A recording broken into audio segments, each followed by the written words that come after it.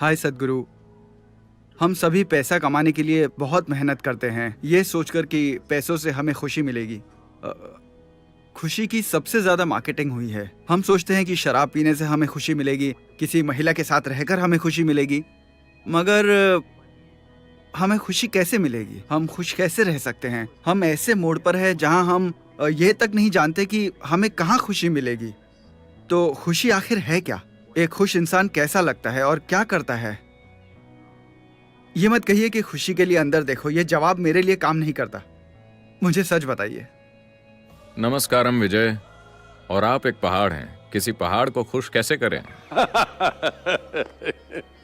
तो एक खुश इंसान कैसा दिखता है? मैं आपको कैसा दिखता हूं? अभी हम खुशी के बारे में ऐसे सोच रहे हैं मानो वो कोई वस्तु हो या किसी तरह की उपलब्धि हो। नहीं, जब आपका जीवन सहजता में आ जाता है, जब आप सहज हो जाते हैं, तो खुशी उसका एक कुदरती नतीजा है। Coming to ease, what does it mean? सहज हो जाने का क्या मतलब है? इसे देखने के कई तरीके हैं।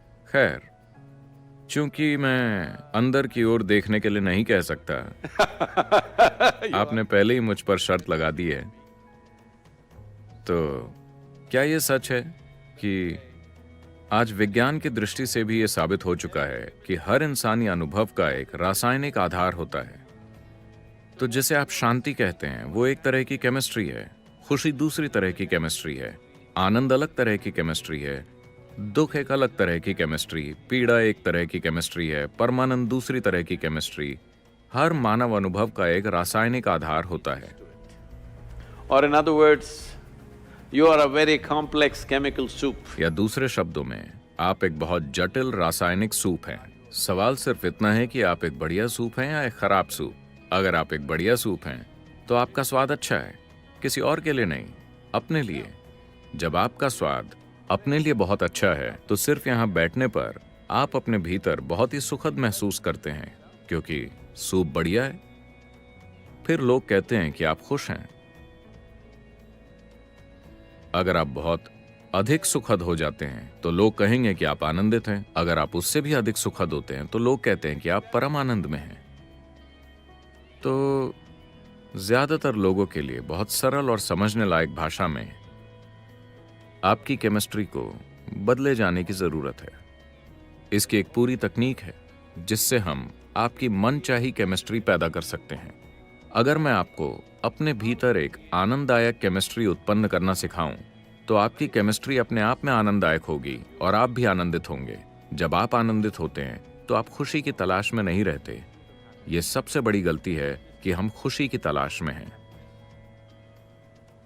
आपके जीवन को आनंद की एक अभिव्यक्ति बनना पड़ेगा। जब आपका जीवन आपके अनुभव की एक अभिव्यक्ति होती है, तो आप क्या करते हैं, क्या नहीं करते, इससे आपके जीवन की गुणवत्ता तय नहीं होती। आप अपने भीतर कैसे हैं, इससे आपके जीवन की गुणवत्ता तय होती है। माफ कीजिए, मैंने एक बार फिर भीतर शब्द का इस्तेमाल किया, मगर केमिस्ट्री भीतर नहीं है, यह अब भी आपके बाहर है। लेकिन अगर आप जानते हैं कि सही सूप कैसे बनाना है, तो आनंदित होना कोई समस्या नहीं है। यह उसका एक स्वाभाविक नतीजा है। So, we can teach you a technology. हम आपको एक तकनीक सिखा सकते हैं, एक तरीका सिखा सकते हैं, जिससे आप अपने भीतर सही तरह का सूप बनाना सीख जाएंगे। इसे ही मैं इनर इंजीनियरिंग कहता हूं, कि आप अपनी केमिस्ट्री को इस तरह बनाएं कि वो अपनी प्रकृति से ही आनंदपूर्ण हो, किसी चीज के कारण नहीं।